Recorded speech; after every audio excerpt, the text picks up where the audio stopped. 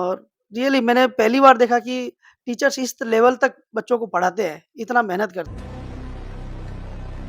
मेहनत करना है, रास्ता बताया हम लोग ने, तो चाचू लोग ने रास्ता बताया, मेहनत इसने। ये तो गलत हो रहा है,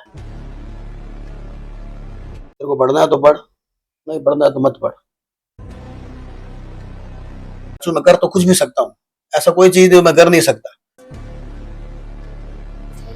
हम सबको बहुत अच्छा लग रहा है कि हमारा भाई आईआईटी में आगे जाएगा, इंजीनियर बनेगा और इनने पूरे काबिलियत से पढ़ा और मन लगाया।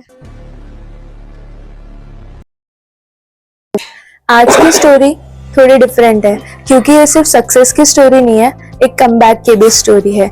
जेडब्ल्यू मेंस में एक्सपेक्टेड रैंक नहीं आई, लेकिन जेडब्ल्यू एडवांस में all India rank 2959।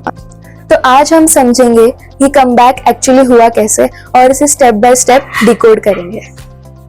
Welcome to Narayana toppers pick. मैं हूं महक शर्मा और आज हमारे साथ है देवांश मोहता, जिनकी जेडब्ल्यू मेंस में all India rank 17,027 with 98.3 percentile थी और जेडब्ल्यू एडवांस में ऑल इंडिया रैंक 2959। और उनके proud parents Mr Amit Kumar Mohta, Mrs Anjali Mohta और देवांश की लाइफ के one of the support system Mr Vijay Kumar Mohta और उनकी पूरी family. Devansh and family, welcome to the Narayana toppers peak. Thank you. Devansh, मेरा फर्स्ट क्वेश्चन आपसे है कि जब आपका मेंस में एक्सपेक्टेड स्कोर नहीं आया तो उस टाइम पे क्या फील किया आपने? मतलब मैंने मार्क्स देखे थे अपने, 156 मार्क्स थे फर्स्ट मेंस में एंड टेस्ट जो मैं देता था उसमें 190, 200, 210 के स्कोर आ रहे थे एंड 156 पिछले साल के हिसाब से बहुत ही लो था, बहुत ही लो। तो 1 घंटे तक तो मैं रूम में ही बंद था, फिर सबने आके मुझे चुप कराया, शांत कराया थोड़ा। फिर मतलब 1-2 दिन तो ऑफ ही गए थे, बट फिर पता ही था कि अब एक और चांस है मेरे पास, तो मेहनत तो करनी ही है, दूसरा भागने का ऑप्शन तो है ही नहीं। तो बस वो 2 दिन में वापस फिर मेहनत पे लग गया एंड वही प्रोसेस कंटिन्यू चलता रहा था। ओके, मेरा नेक्स्ट क्वेश्चन पेरेंट्स आपसे है कि उस टाइम पे आपने कैसे सपोर्ट किया उनको इमोशनली? जब इसका रिजल्ट आया मेंस फर्स्ट का, तो घर से मेरे को मैसेज मिला मार्केट में, ये थोड़ा मायूस हो गया है, थोड़ा रोने भी लग गया है। अब ये रोने का सुन के ही मेरे को ऐसा फील हुआ कि ये तो गलत हो रहा है, मेहनत तो इसने की है। फिर मैंने सीधा मार्केट से इसको कॉल किया, मैं बोला देख बेटा, तेरे को पढ़ना है तो पढ़, नहीं पढ़ना है तो मत पढ़। लेकिन ये तरीका अपने को समझ में नहीं आता। मेहनत की है, रिजल्ट जो भी आया है अच्छा है, खराब तो कुछ है नहीं, और मेहनत कर। फिर भी तेरे को लगता है मेरे से नहीं हो रहा है या जो भी हो रहा है वो सोच के बता। नेक्स्ट क्वेश्चन मैं देवांश के चाचू से पूछना चाहूँगी, लाइक आपका रोल एक सपोर्ट सिस्टम का रहा है, तो उस टाइम पे आपने देवांश को कैसे कंसिस्टेंट रखा? मैम कि मेरा देवांश से कंटिन्यू डिस्कशन होता रहता, तो वो बोले चाचू मेरा इसमें एडवांस में मेरा ज़्यादा फोकस है, क्योंकि एडवांस में मैं ज़्यादा कंफर्टेबल हूँ और मेंस में मुझे थोड़ा स्पीड का दिक्कत रहता है। हमने सेकंड मेंस के लिए भी स्पीड में भी प्रिपरेशन की थी इसके साथ में, कि स्पीड में तुम्हारा लो है। एडवांस के लिए हमने तैयारी इस तरह से की कि हमने लास्ट में हमने पूरा स्ट्रेटेजी भी चेंज किया कि किस तरह से ये बोले मेरा एक ही क्वेश्चन यानी एक ही पेपर में सोल्व कर पाता हूँ दिन भर में, तो एक पेपर से तो नहीं चलेगा, आपको 2 पेपर तो मिनिमम सोल्व करने ही पड़ेंगे। लास्ट में 20-25 दिन जब बच गए थे तब हमने ये तैयार किया कि इस तरह से अपने को करना है। मॉक टेस्ट देता था, हम लोग बात करते थे कि भाई क्या हो रहा है, कैसे दिक्कत आ रही है, सोल्व हो रही है, नहीं हो रही है। इसने तीसरे दिन मैंने इससे पूछा था, जैसे हमने ये प्रोसेस स्टार्ट की, मैंने 3rd डे इससे पूछा भाई कैसा चल रहा है, तो बोले चाचू अब मेरे पास समय ही समय बच रहा है, टाइम ही टाइम है। मैं सुबह भी मॉक टेस्ट दे देता हूँ, शाम को भी दे देता हूँ, उसके बाद में मेरे पास दिन भर में फुल टाइम है। नारायण से काफ़ी मटेरियल प्रोवाइड हुआ, सब लोगों का काफ़ी सपोर्ट था, उसकी वजह से ये और इजी होता गया। देवांश, मेरा नेक्स्ट क्वेश्चन आपसे है, क्या टर्निंग पॉइंट था आपकी लाइफ में कि लाइक अब आपको जेडब्ल्यू मेंस का जो एक्सपेक्टेड स्कोर नहीं आया तो एडवांस में मुझे करना ही है और कम बैक करना है? क्या स्ट्रेटेजी प्लानिंग क्या यूज़ किया आप? मैम, मैंने कंसिस्टेंसी से मेहनत करी थी मेंस के लिए और मेंस मेरा उतना अच्छा नहीं गया था एक्सपेक्टेड। तो मेन मेरा ऐसा था कि अगर मैं कंसिस्टेंट था तो मेरे साथ गलत क्यों हुआ, तो मैंने मेन वही फोकस रखा कि मैं अपनी कंसिस्टेंसी मेंटेन रखूं एंड उसके साथ मैं ऐड ऑन क्या कर सकता हूँ। तो मुझे पहले मेंस में वो दिखा कि मैं ड्यूरिंग द पेपर बहुत ज़्यादा प्रेशराइज हो गया था। वो मेरा फर्स्ट पेपर था बड़े लेवल पे, तो उससे मैंने सीखा कि पेपर में मुझे अपने आप को काम रखना है। तो मैंने कंसिस्टेंसी के साथ उस पर भी मेहनत करी। दूसरी ये चीज़ थी कि मेरी राइटिंग स्पीड स्लो थी थोड़ी, तो मैंने नंबर ऑफ क्वेश्चंस ज़्यादा करने की जगह मैक्सिमम करेक्ट क्वेश्चंस करने पे ज़्यादा फोकस किया, जिसकी वजह से मेरे नेगेटिव्स कम हो और मेरा स्कोर इम्प्रूव हो। तो मेन मैंने ये दो चीज़ पे ज़्यादा फोकस किया था मेन से एडवांस में। पेरेंट्स, मेरा नेक्स्ट क्वेश्चन आपसे है, देवांश ने कब डिसाइड किया, कैसे डिसाइड किया कि उनको जेडब्ल्यू में ही जाना है आगे, लाइक जेडब्ल्यू की प्रिपरेशन करनी है? देवांश ने डिसाइड किया ही नहीं था ये, क्योंकि देवांश को पहली बात तो इसका कोई गोल ही नहीं था कि उसको ये करना है। देवांश 10 क्लियर किया, उसके बाद इसको था मेरे को MBA बनना है। हमारे छोटे भाई, मेरे छोटे भाई विजय भाई ने इसको बहुत बोला कि तू यार ये तो कभी भी कर सकता है, बाद में भी कर सकता है, करना तो ये कर। और देवांश को क्या शुरू से ही हर चीज़ में ऐसे शौक था, जैसे खेलना भी है, दोस्तों के साथ टाइम भी स्पेंड करना है, पढ़ाई भी करनी है, लेकिन इतनी भी पढ़ाई नहीं करनी कि बाकी सब छोड़ना पड़े। तो इसका मूड नहीं था, लेकिन मैं बोला देख 2 साल तुझे देने पड़ेंगे, जीवन के बड़ी बुरी तरीके से तकलीफ झेलनी पड़ेगी 2 साल तो कम्प्लीटली। तो अगर वो 2 साल झेल गए तो बाकी का जीवन सही हो सकता है। अब मेरा नेक्स्ट क्वेश्चन देवांश की मम्मी आपसे और उनकी चाची से है कि डेली रूटीन में खाने पीने में कैसा था, मतलब कैसे आप ध्यान रखते थे 2 साल के टाइम पे? खाने में वैसे तो इसको सब पसंद था, जो देते थे खा लेता। फिर भी इसने अपनी पढ़ाई के समय 2 साल में डिफरेंट थोड़ा चेंज हो गया।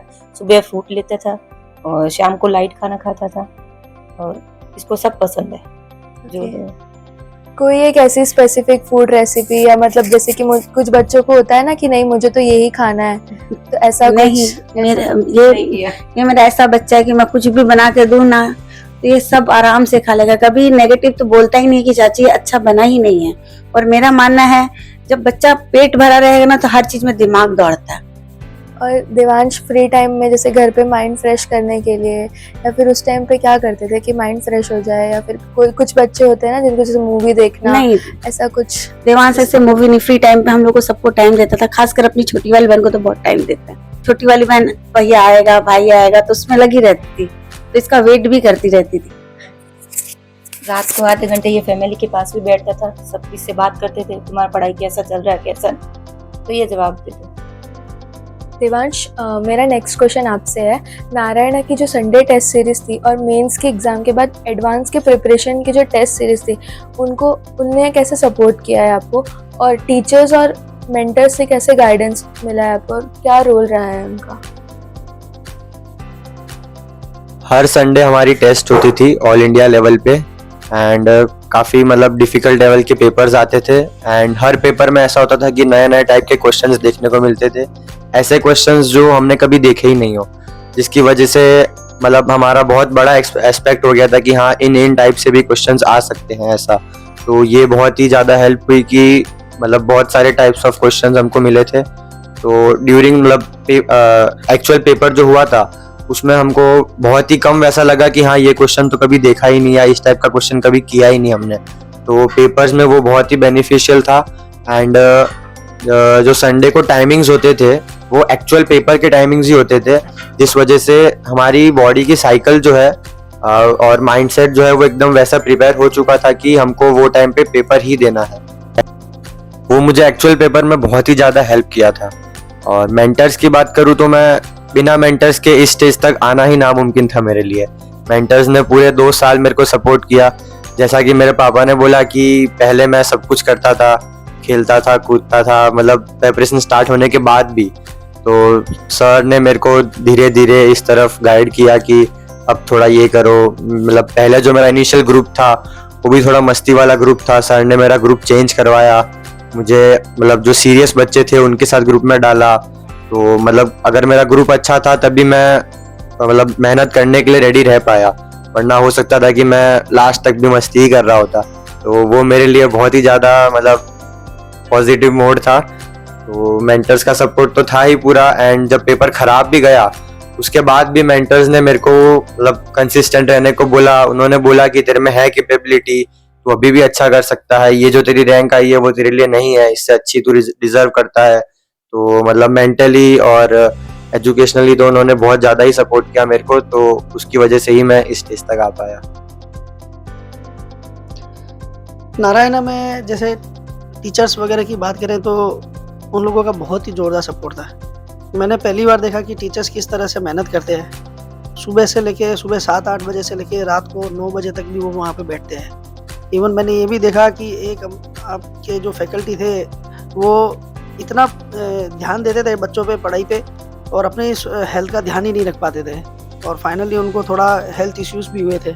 लेकिन जैसे भी जितने भी फैकल्टीज़ थे उन्होंने बहुत मेहनत की बच्चों पे। उन्होंने जैसे चैलेंज, बच्चों को चैलेंज नहीं है जेईई पास करना है, लेकिन जेईई के लिए वो चैलेंज दे रहे थे कि भाई इन बच्चों को किस तरह से क्लियर करवाना है। उन जितनी बार मिले उनमें एक बहुत यानी नया एनर्जी दिखता था, इतना मेहनती थे वो। और रियली मैंने पहली बार देखा कि टीचर्स इस लेवल तक बच्चों को पढ़ाते हैं, इतना मेहनत करते हैं। क्वेश्चन आपसे है, 2 साल जब इनकी प्रिपरेशन चल रही थी तो उस टाइम पे घर का कैसा एनवायरनमेंट था? देखो, हम जॉइंट परिवार से हैं, तो घर पे पढ़ाई करता था तो हम पूरा ध्यान रखते थे, और एक रूम इसको दे दिया, ये अपना पढ़ाई करता था। छोटी छोटी बहनें भी है, वो भी उस रूम में नहीं जाती थी, और ज़्यादातर ये कोचिंग में पढ़ता था। नारायण में भी हमारे गेस्ट आते जाते हैं तो ये वहाँ पढ़ता था, और जब घर पे पढ़ता था तो उसका पूरा ध्यान रखते थे सब जन मिल के। देवांश, मेरा नेक्स्ट क्वेश्चन आपसे है, एग्जाम के पहले लास्ट 24 आवर्स आपने कैसे स्पेंड किए? मैम ऑनेस्टली बोलूँ तो लास्ट 24 आवर्स मैं तो बहुत ही ज़्यादा काम था। मतलब मेरे घर वालों को तो एक पॉइंट पे ऐसा लगा कि मैं भूल ही गया हूँ कि कल मेरा पेपर है। मतलब मैं मेरी बहन के साथ खेला थोड़ी देर, फिर मैंने अपने केमिस्ट्री कुछ फॉर्मूलाज मैंने लिख के रखे हुए थे, या कुछ मतलब जो याद करने वाली चीज़ें थी खाली वो सब एक बार गो थ्रू कर ली थी। उसके अलावा मैंने कोई नया क्वेश्चन नहीं किया, कोई टेस्ट नहीं दिया, कुछ नहीं किया। तब दिन भर एकदम रिलैक्स था, थोड़ी देर नीचे जाके आ गया, शाम में मंदिर और जाके आ गया, बस एकदम नॉर्मल डे बिताया। बिल्कुल प्रेशर नहीं था, क्योंकि पहला मेंस मेरा प्रेशर की वजह से ही ख़राब हुआ था। तो मेरा वही था कि मुझे प्रेशर बिल्कुल भी नहीं लेना है, तो मैं एकदम ज़्यादा काम था। जेईई एडवांस के एग्ज़ाम के दिन आपकी क्या स्ट्रेटेजी थी? आपने कैसे पेपर को अटेम्प्ट किया? हाँ, मतलब एक्चुअल पेपर की स्ट्रैटेजी जो थी वो मैं 1 महीने पहले से ही बनाने की तैयारी कर रहा था। पहले जो मैंने रेगुलरली पेपर्स दिए थे उनमें मैं एक्चुअल पेपर में जैसे अटेम्प्ट करने वाला था वैसे ही कर रहा था। तो जैसे कि मेरा केमिस्ट्री थोड़ा मेरा फेवरेट था, एंड मैं उसकी तरफ थोड़ा बायस्ड भी था, और मेरे को करने में भी कम टाइम लगता था, तो मैं सबसे पहले केमिस्ट्री चूज़ करता था।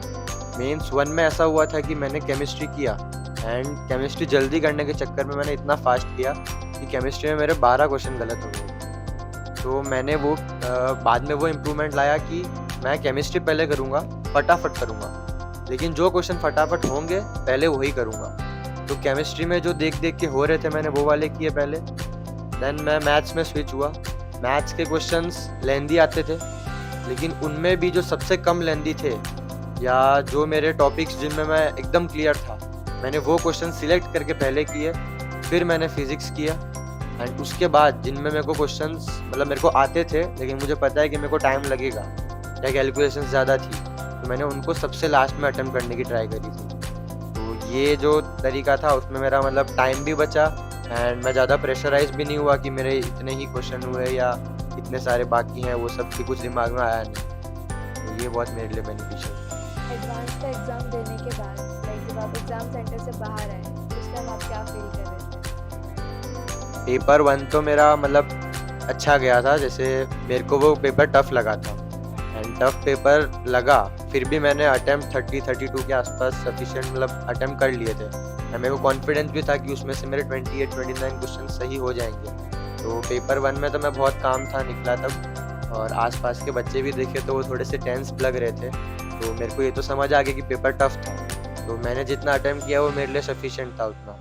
पेपर 2 में मेरे साथ ऐसा हुआ कि मैंने पहले आधे घंटे में 10 क्वेश्चन कर लिए, एंड उसके बाद जब मैं 3 घंटे बाद उठा, मैंने अपने देखे कितने क्वेश्चंस, तो उसमें आया कि मैंने वापस से 30 क्वेश्चंस ही अटेम्प्ट किए। तो उस टाइम मैं थोड़ा सा नर्वस हो गया था कि मतलब पहले आधे घंटे में 10 क्वेश्चन अटेम्प्ट करने के बाद भी पूरे 3 घंटे में मैं सिर्फ 30 क्वेश्चन ही कर पाया। तो उस टाइम मैं थोड़ा डीमोटिवेटेड था, एंड मेरे को वो पेपर ईजी भी लग रहा था। बट फिर जब मतलब थोड़ा थोड़ा धीरे धीरे शांत हुआ, एंड जब तक घर पे पहुँचे तब तक रिव्यूज़ तो आ ही गए थे कि सेकंड पेपर फर्स्ट पेपर से ज़्यादा टफ था, एंड वो पेपर भी मेरे को इजी लग रहा था पेपर देते टाइम। तो मेरे को थोड़ी खुशी हुई कि मतलब भले टफ था लेकिन मेरे को इजी लगा, तो मेरे लिए बहुत ही अच्छा था वो। तो तब मैं एकदम रिलैक्स्ड हो गया था कि जो भी हुआ अच्छा हुआ। मेरा नेक्स्ट क्वेश्चन देवांश आपसे है, जब रिजल्ट आया आपका JEE एडवांस का, तो सबसे पहले किसने देखा और क्या रिएक्शन था आपका? जब रिज़ल्ट आया उस टाइम मैं यूपी गया हुआ था घूमने, तो मैं था, मेरे चाचू थे, चाची थी मेरे साथ। तो मेरे एक चाचू का फ़ोन आया था, तो उन्होंने मुझे बताया कि रिज़ल्ट आ चुका है। तो मैंने मतलब नींद से उठते ही मैंने सीधा रिज़ल्ट ही देखा, एंड मतलब पहले सोशल मीडिया पे जितना देखा था उसमें एक्सपेक्टेड 2000 रैंक बता रही थी मेरी, और जब एक्चुअल रिज़ल्ट आया तब 2959 रैंक थी। तो एक बार तो ऐसे झटका लगा था, बट फिर मतलब वो भी अच्छा ही था, तो ज़्यादा कुछ माइंड नहीं किया। आधे एक घंटे के लिए थोड़ा था, माहौल वैसा बन गया था कि यार उतना था, फिर और बढ़ गया। मतलब उस टाइम कॉलेजेस भी देख ली थी कि कौन कौन सी मिल सकती है, सब कुछ प्रिपेयर हो चुका था, एंड अचानक से वो 1000 रैंक का डिफरेंस आया, तो सारा प्रोसेस वापस से करना पड़ गया। बट जो भी आया अच्छा ही आया। बस जो रिजल्ट सुनने के बाद में माहौल तो घर का बहुत ही अच्छा था। बस वो 2000 से 3000 के बीच में थोड़ा खर्च जरूर रहा था। ऐसा नहीं बोलूँगा कि बहुत ज़्यादा खुशी का माहौल था। एक बार तो देखो जब ऐसा होता है, जब अपने 2000 की रैंक के आसपास सुनते हैं, सब सोशल मीडिया सब साइड से अगर ये अपने पास आ रहा हो, कहीं से भी अपने पूछते हैं, बोला तुम्हारा ये रैंक आएगा, उस हिसाब से बच्चे और चाचू उन्होंने मिल के हर तरह से अपना देख लिया था, प्रोसेस कर लिया था आगे। अब 1000 रैंक आने के बाद में थोड़ा बहुत समझो ये मायूस हो ही जाता है। और इसके अंदर मैं साफ बोलता हूँ, देवास के अंदर थोड़ी सी कमी भी है।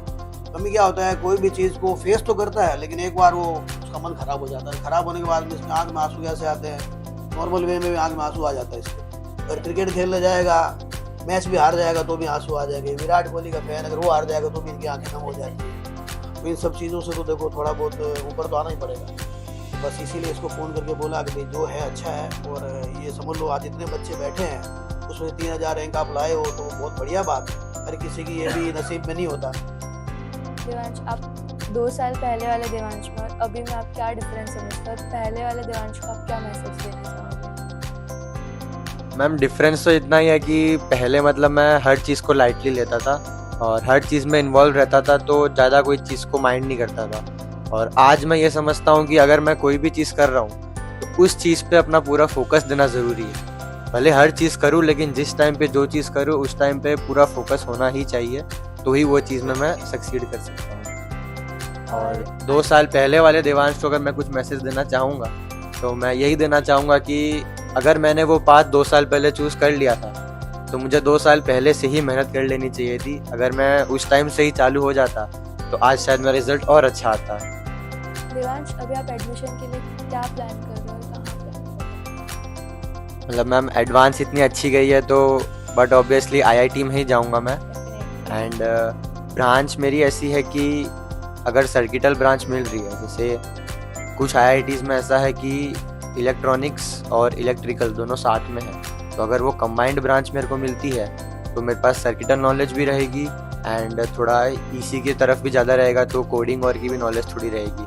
तो मैं in future tech, finance, circuit सब जगह काम कर सकता हूँ, तो वो मेरे लिए सारे ऑप्शंस खोल के देंगे। जैसा कि मैं अपने आप को 10 साल बाद देखता हूँ तो मेरे लिए वो ब्रांच जो है वो सबसे ज़्यादा बेनिफिशियल रहेगी, तो मैं वहीं पर टारगेट कर रहा हूँ। सो यू थिंक आपको आपका जो गोल था वो आपने अचीव कर लिया है? गोल तो अचीव हो गया है मैम, इतना तो एक्सपेक्ट भी नहीं किया था, उससे ज़्यादा ही अचीव हो गया है। कुछ एक्सपेक्टेशंस थी ही नहीं मेरे को, मैं बस मतलब मेहनत कर रहा था, रिजल्ट के बारे में कुछ भी नहीं सोचा था मैंने, तो जो भी आया मेरे लिए अच्छा ही आया है। सो देवांश, कुछ क्वेश्चंस है जिनका आंसर मैं फटाफट आपसे जानना चाहूँगी। क्वेश्चन 1, मेंस खराब हो गया, नेक्स्ट स्टेप? एक बार का पॉज और वापस से वही मेंटेन। सक्सेस का real secret? Consistency. Biggest mistake जो स्टूडेंट करते हैं? मेंस अच्छी जाए या खराब जाए, लेकिन उससे एडवांस में इम्पैक्ट नहीं पड़ता है। अगर अच्छी गई तो मोटिवेट हो जाओ, खराब गई तो इम्प्रूवमेंट करो। Last 30 days strategy? Test papers आप जितने दे सकते हो दे दो। नारायणा के टेस्ट सीरीज का role? Improvement tool plus reality check. Narayana in 1 line? Track पे रखता है। 10 साल बाद आप अपने आप को कहाँ देखते हो? मैम अभी तो जैसे एआई की वजह से इतना कुछ चेंज आने वाला है, तो 10 साल बाद तो पता नहीं क्या होने वाला है। तो अभी मेरा फोकस वही है कि मैं अपने आप को हर फील्ड के लिए तैयार रखूँ। आगे जाके मुझे कोई भी फील्ड में काम करना हो तो मैं उसके लिए मतलब एक बेसिक नॉलेज या हल्की सी एडवांस नॉलेज रखूँ अपने पास हर फील्ड के बारे में, ताकि इन फ्यूचर मतलब अगर मेरी फील्ड में कुछ एआई की वजह से इम्पैक्ट आ जाता है तो मुझे वो चीज़ सफ़र नहीं करनी पड़े। तो मेरा मेन फोकस वही है कि मैं हर फील्ड में थोड़ा थोड़ा नॉलेज रखता रहूं, बस वही। 10 साल बाद देवांश तो एकदम आकाश की ऊंचाइयों तक छुएगा। उसको हर चीज जो ये चाहे बहुत इजी से और आसानी से मिले, पर उसको थोड़ी हिम्मत रखनी होगी। आंखों में आंसू जैसे कहा भैया ने, वो नहीं लाना होगा। हर बात पे उसको थोड़ा सोच के और आंसू नहीं डालते बहाना, आना ही नहीं है आंसू तो। अगर थोड़ी ऊंची नीची डगरिया भी आती है तो उसमें संभलना है कि हमको क्या करना है। ये चीज उसको समझ जाएगा ये। दादी माँ, मेरा अभी आपसे एक क्वेश्चन है कि कैसा लग रहा है आपको बेटा आईआईटी जाएगा? खुशी हुई हम लोग को बहुत अच्छी तरह से। आज इसने मेहनत भी की है, वो भी अच्छा है। मेहनत करना है, रास्ता बताया हम लोग ने, तो चाचू लोग ने रास्ता बताया, मेहनत इसने की है और बढ़ गया, बढ़िया है। और आगे जाएगा तो अच्छा ही लगेगा ना, सबको खुशी होगी। बच्चों, आपको कैसा लग रहा है अभी आपका भाई आईआईटीएन कहलाएगा? मैं बहुत खुश हूँ और मैं इंस्पायर हुई मेरे भाई से कि अब आगे जाके हमको भी ऐसा करना है। इससे तो मेरे को ये थोड़ी हिम्मत भी मिलेगी, आगे जो भी मुझे अपना करियर में ध्यान देना होगा इसी तरीके से मुझे मेहनत करनी होगी और अपने आप को प्राउड और फैमिली को प्राउड कराना होगा। मैं बहुत खुश हूँ कि मेरा भाई आईआईटीएन कहलाएगा और मुझे थोड़ा मोटिवेशन भी मिलता है इस चीज़ से। मैं बहुत खुश हूँ, मेरा भाई आईआईटीएन है और मैं भी उनकी तरह बनना चाहती हूँ। Thank you so much Devansh and family, आपकी इतनी ब्यूटीफुल जर्नी शेयर करने के लिए। देवांश, मेरा लास्ट क्वेश्चन आपसे ये है कि जो स्टूडेंट्स अभी अपेयर कर रहे हैं या जो सोच रहे हैं आईआईटी करने के लिए, उनके लिए क्या मैसेज देना चाहोगे? मैं बस एक छोटा सा मैसेज देना चाहूँगा सभी स्टूडेंट्स को कि कंसिस्टेंसी बहुत ही ज़रूरी है। मतलब 2 साल की जर्नी बहुत ही बड़ी जर्नी होती है। इसमें हर कोई अपना मतलब हर कोई अप्स एंड डाउन्स देखेगा ही देखेगा। किसी का बहुत ज़्यादा दिन के लिए होगा, किसी का कम टाइम के लिए होगा, लेकिन हर सिचुएशन में अपने आप को कंसिस्टेंट रखना बहुत ज़रूरी है। अगर आपका बहुत ही अच्छा जा रहा है जर्नी तो भी आपको कंसिस्टेंसी मेंटेन करनी है, और अगर आपका ख़राब जा रहा है तो भी आपको डीमोटिवेट नहीं होना है और अपनी कंसिस्टेंसी पे फोकस करना ही है। सर, मेरा लास्ट क्वेश्चन आपसे ये है कि आप पेरेंट्स को क्या एडवाइस देना चाहेंगे? पेरेंट्स के लिए मैं ये कहना चाहूँगा कि आप स्टूडेंट्स को प्रेशराइज मत कीजिए, लेकिन उनके साथ हेल्दी डिस्कशन रेगुलर कीजिए। उनको ये नहीं करना है कि आप पढ़ो, अभी उनके साथ बोलो कि आप क्या पढ़ रहे हो, आज क्या हुआ। आप डेली डिस्कशन रेगुलर करना ज़रूरी है और उनको हमेशा मोटिवेशन करना जरूरी है। इसके अलावा ज़्यादा कुछ करना नहीं है, बच्चे अपने आप पढ़ेंगे, सिर्फ हमें उनके साथ हमेशा अटैच रहना है। मैम, मैं पूरे आपके सिस्टम के लिए, स्पेशली नारायण के लिए, पूरी फैकल्टी के लिए कुछ कहना चाहूँगा। जो करीब करीब 1 साल तो पहले निकल गया था, लेकिन उसकी 1 साल बाद मेरे मन में काफ़ी दिनों से है। ठीक है, सर से जाते हैं, मीटिंग भी करते हैं, लेकिन कुछ बोल नहीं पाते हैं, लेकिन आज हमें मौका मिला बोलने का। तो स्पेशली कहना चाहूँगा कि देखो, माँ बाप का एक स्वार्थ, हर आदमी का स्वार्थ होता है लाइफ में। माँ बाप का स्वार्थ क्या होता है, घर वाले का स्वार्थ क्या होता है कि बच्चा मेरा आगे फ्यूचर उसका अच्छा हो, अच्छी स्टडी करे, कुछ अच्छा अपना करे, फ्यूचर बनाए। और खुद पढ़ने वाले बच्चे का भी यही स्वार्थ होता है कि मेरी लाइफ आगे बहुत अच्छी हो। लेकिन इन सब के बीच में, बच्चे के बीच में, लाइफ अच्छी के बीच में एक सबसे ज़्यादा जुड़ी हुई कड़ी होती है, वो होती है गुरु की, एक टीचर्स की। तो उससे बड़ा तो कुछ है नहीं। और नारायण के अंदर जितनी भी फैकल्टी है, बच्चे तो कैसे होते हैं, एक पानी के बहाव के जैसे होते हैं। इनको जैसे आप रास्ता दोगे वैसे चले जाएंगे, लेकिन वो रास्ता दिखाने के लिए सही गुरु का होना ज़रूरी है, सही टीचर का होना ज़रूरी है। वो नारायण के अंदर सही मायने में बताए तो बहुत अच्छे हैं। उन्होंने ही देवांश को सही दिशा दी, सही राह दी, उनको पूरा मोटिवेट किया देवांश को, बोले बेटा आप लोग इस तरह से जाना है, ऐसे जाना है। उनका कोई स्वार्थ नहीं होता। सर का सिर्फ एक ही स्वार्थ होता है कि मेरे पास जो भी बच्चे पढ़ रहे हैं सब अच्छे से अच्छी रैंक लाए, अच्छे से स्टडी किए। उनका ये भी मतलब नहीं होता कि भाई देवांश स्पेशल इस पे आगे आवे, एक दूसरा नहीं आवे, ऐसा भी उनके मन में कभी नहीं होता। सबको दिशा एक ही दिखाते हैं वो, लेकिन वो कौन सी दिशा में वो अपना खुद चूज करते हैं, उन पर डिपेंड करता है। खास तौर से नारायण पूरी टीम के लिए मैं बहुत ज़्यादा थैंक यू बोलना चाहूँगा, धन्यवाद देना चाहूँगा, और गुरुदेव है तो सादर प्रणाम भी बोलना चाहूँगा।